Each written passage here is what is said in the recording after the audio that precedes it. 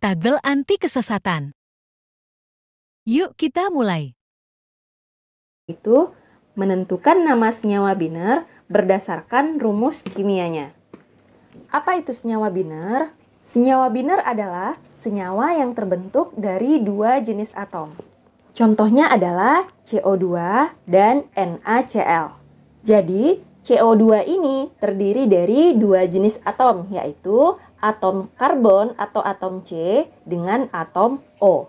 Begitupun juga dengan NaCl, terdiri dari dua jenis atom, yaitu atom Na dan atom Cl. Makanya, kedua contoh ini merupakan senyawa biner.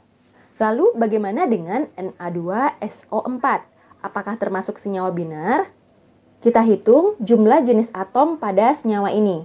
Ada atom Na, ada atom S, dan ada atom O. Jadi ada 3 jenis atom.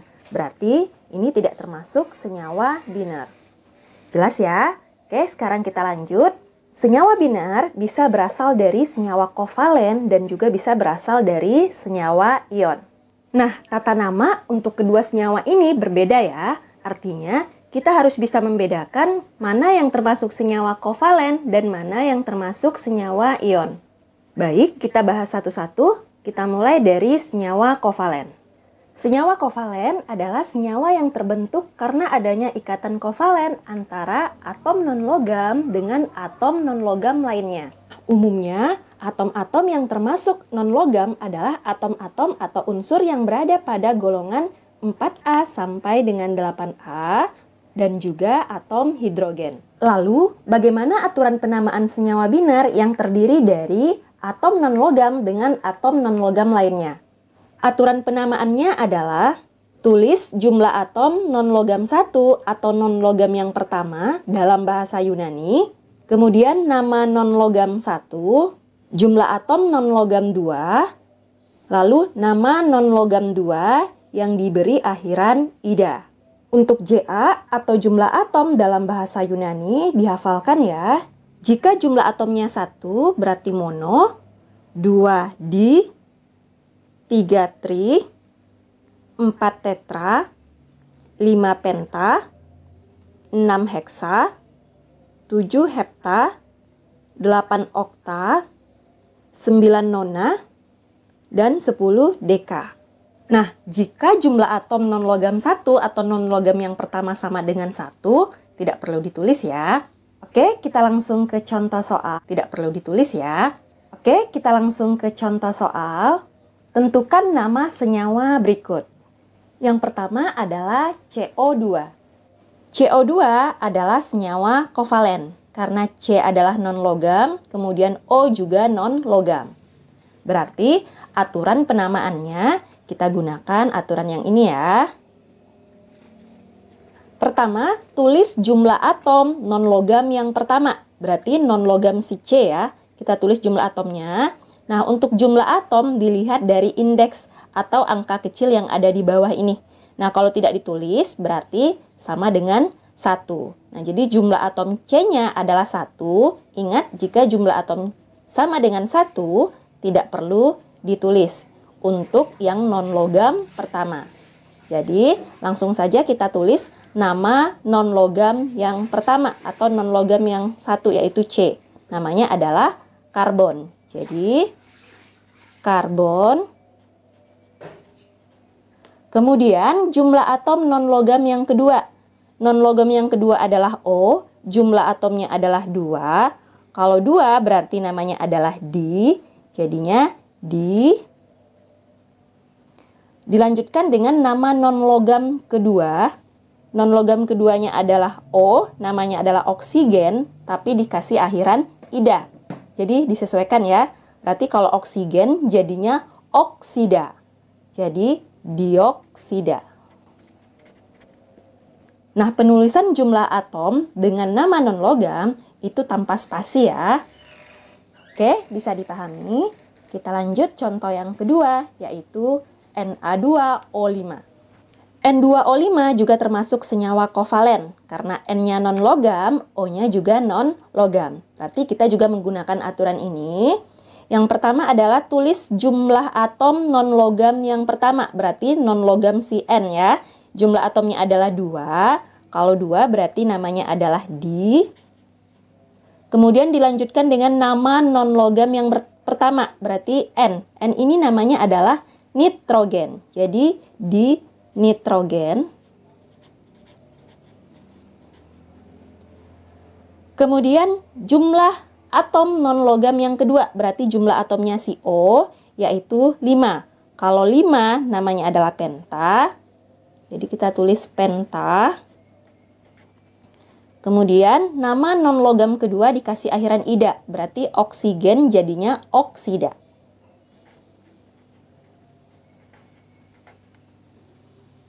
Kita coba contoh yang lain lagi, misal PCl3. Caranya masih sama ya, karena PCl3 juga termasuk senyawa kovalen. Tulis jumlah atom non-logam yang pertama, yaitu jumlah atom P. Karena jumlah atom P adalah 1, berarti tidak perlu ditulis. Jadi kita langsung ke namanya saja. P itu adalah fosfor. Jadi kita tulis fosfor.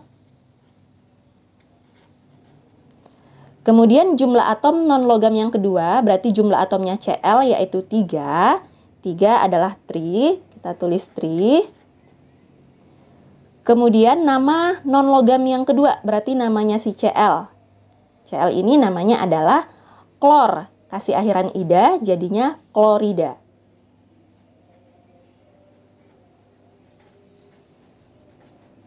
Oke, jadi PCl3 itu namanya adalah fosfor triklorida.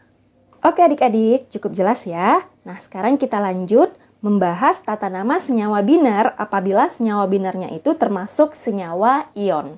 Ingat, senyawa ion adalah senyawa yang terbentuk karena adanya ikatan ion antara atom logam dengan atom non-logam.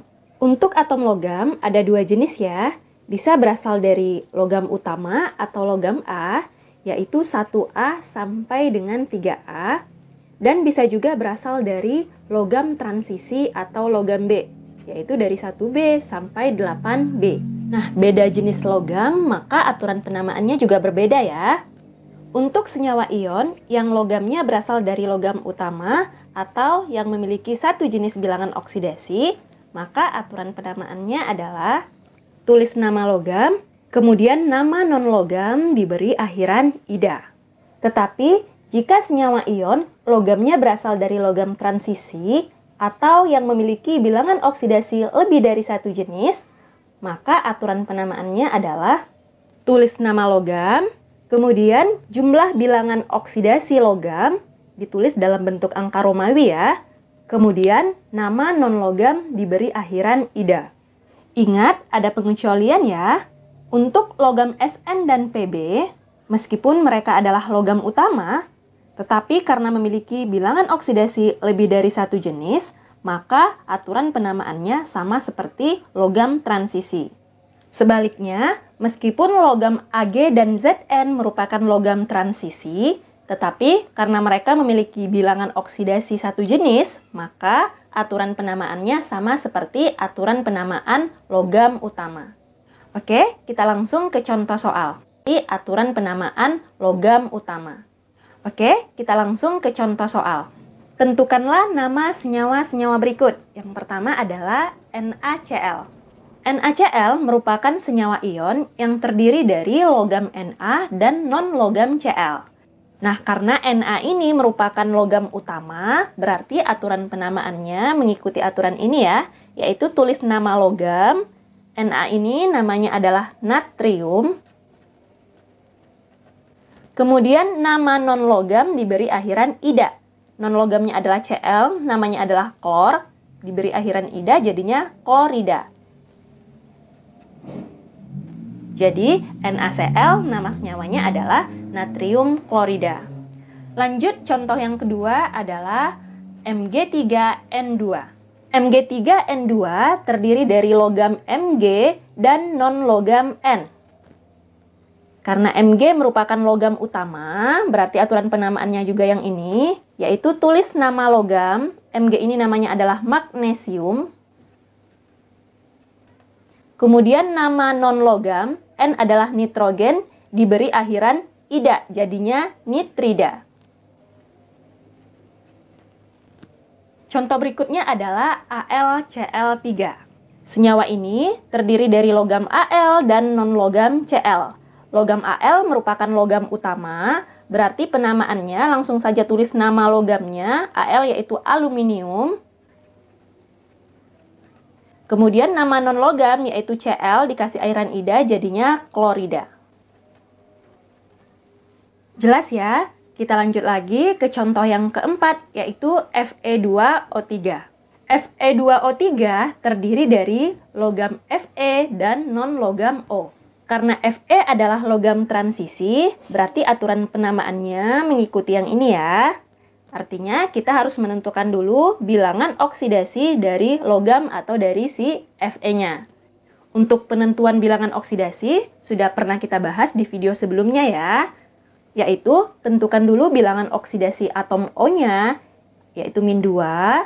Karena ada 3 jadinya -6, maka si Fe harus positif 6. Nah, positif 6 ini untuk 2 Fe. Berarti untuk 1 Fe, bilangan oksidasinya adalah positif 6 dibagi 2 atau sama dengan positif 3.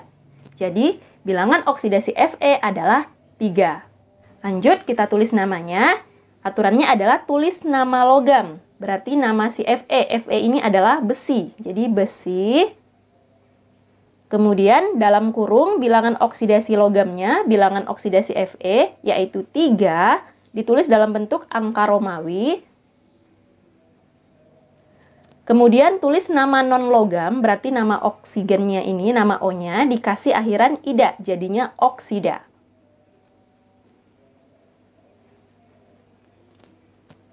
Jadi, Fe2O3 memiliki nama besi 3 oksida. Contoh yang kelima yaitu PbCl2. PbCl2 terdiri dari logam Pb dan non-logam Cl. Logam Pb merupakan logam utama, tepatnya logam 4A. Tetapi karena dia pengecualian atau karena dia memiliki bilangan oksidasi lebih dari satu jenis, maka aturan penamaannya mengikuti aturan penamaan logam transisi, yaitu ditulis bilangan oksidasinya. Artinya, kita harus mencari dulu bilangan oksidasi dari Pb. Kita tentukan biloks Cl dulu. Cl itu biloksnya -1. Karena ada 2, jadi totalnya adalah -2. Karena Cl-nya -2, maka si Pb supaya jadi 0 harus positif 2. Langsung kita kasih namanya. Tulis nama logam, berarti nama si Pb-nya. Pb ini adalah timbal. Kemudian tulis bilangan oksidasinya dalam kurung. Dalam angka Romawi ya, yaitu 2. Kemudian nama non-logam kasih akhiran ida, jadinya klorida. Oke, cukup jelas ya. Sekarang kita lanjut menentukan rumus kimia berdasarkan nama senyawanya. Kita mulai untuk senyawa kovalen. Senyawa kovalen adalah senyawa yang terdiri dari atom non-logam dengan non-logam. Kita langsung ke contoh. Misal, tentukan rumus kimia dari senyawa berikut. Yang pertama adalah karbon monoksida. Karbon adalah non-logam yang lambangnya adalah C. Kemudian oksida berarti adalah non-logam yang lambangnya O. Kemudian jumlah atom karbon di sini tidak ditulis, berarti sama dengan 1. Ya, 1 juga tidak perlu ditulis pada rumus kimia. Kemudian oksidanya sebanyak mono. Mono itu artinya 1. Berarti O-nya juga 1. 1 pun tidak perlu ditulis pada rumus kimia. Jelas ya? Lanjut contoh yang kedua, fosfor pentaklorida. Fosfor pentaklorida terdiri dari non-logam fosfor dan non-logam klor. Oke, jadi rumus kimianya adalah langsung saja tulis fosfor lambangnya adalah P.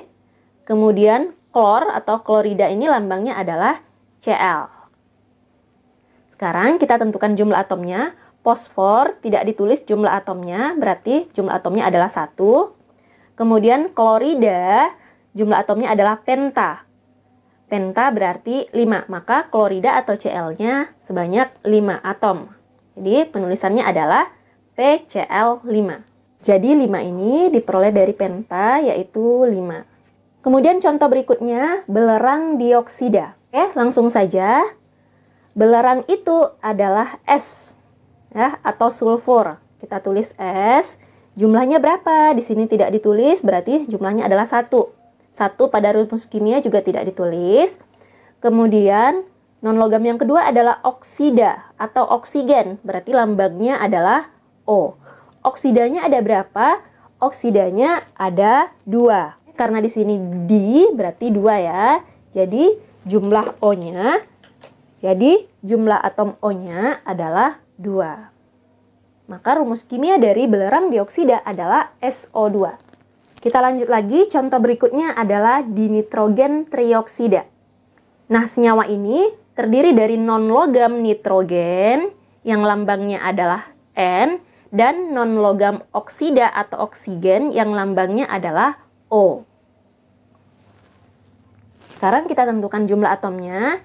Nitrogen diawali dengan kata di artinya 2, berarti jumlah nitrogennya 2. Sedangkan oksida atau oksigen diawali dengan kata tri yang artinya 3, berarti jumlah oksigennya atau jumlah atom oksigennya adalah 3. Maka rumus kimia dari dinitrogen trioksida adalah N2O3. Jelas ya? Sekarang kita lanjut untuk senyawa ion. Untuk senyawa ion atau senyawa yang terbentuk dari logam dan non-logam. Untuk senyawa ion, selain kita harus mengingat nama logam dan nama non-logam, kita juga harus mengingat berapa bilangan oksidasi dari logam dan non-logam ini. Khususnya untuk logam yang bilangan oksidasinya tetap atau hanya satu jenis saja. Cara mengingatnya, untuk logam utama atau logam yang bilangan oksidasinya hanya satu jenis, yaitu logam 1A berarti memiliki bilangan oksidasi atau muatan sama dengan positif 1. Contohnya adalah Li, Na, K, Rb, dan Cs. Nah, masing-masing atom ini karena dia golongan 1 maka memiliki bilangan oksidasi atau muatan positif 1. Jadi Li+, Na+, K+, Rb+, dan Cs+. Berikutnya logam utama yang berasal dari logam 2A. Berarti memiliki bilangan oksidasi atau muatan sama dengan positif 2. Contohnya adalah Mg, Ca, Sr, Ba. Masing-masing memiliki muatan 2 positif.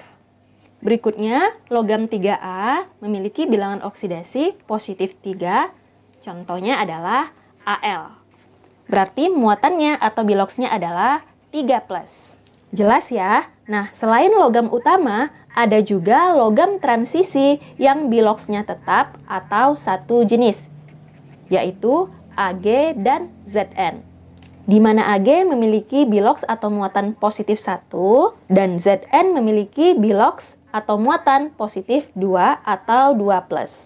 Jadi, selain nama logam, muatan-muatannya ini juga harus diingat ya, khususnya untuk logam utama atau logam yang bilangan oksidasinya tetap atau satu jenis. Berikutnya untuk biloks atau muatan non-logam. Kakak contohkan yang sering keluar ya. Nah, untuk non-logam itu bisa berasal dari golongan 5A yang memiliki biloks atau muatan umumnya adalah negatif 3.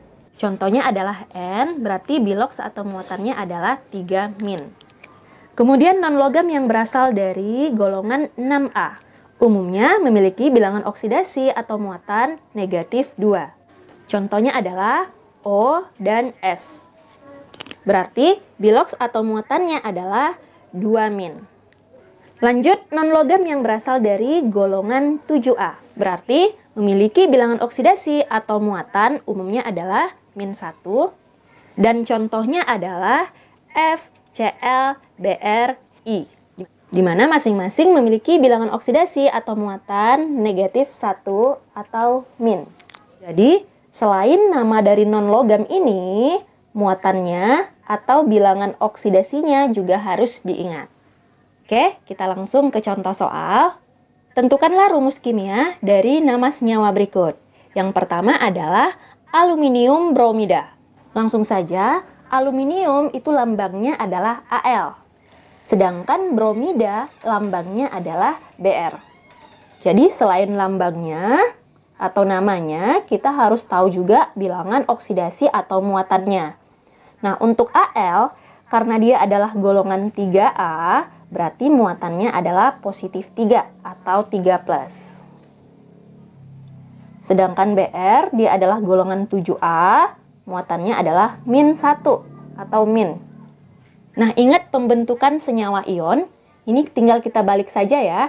Jadi di sini kan Al muatannya 3+, Br muatannya 1-.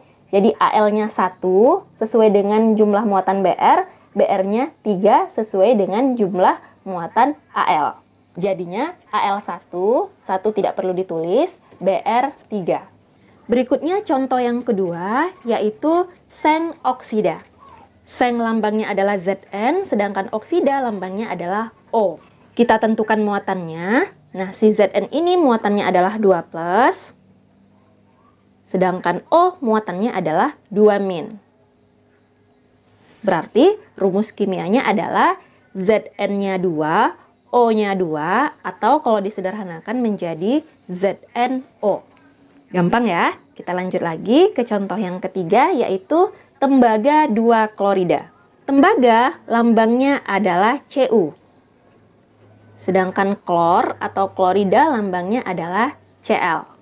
Kita tentukan muatannya. Nah, untuk tembaga dia adalah logam transisi. Biloks atau muatannya lebih dari satu jenis dan sudah tertulis di sini. Jadi kita sesuaikan dengan angka yang tertulis di sini. Di sini angkanya 2, berarti muatan atau biloksnya adalah 2+.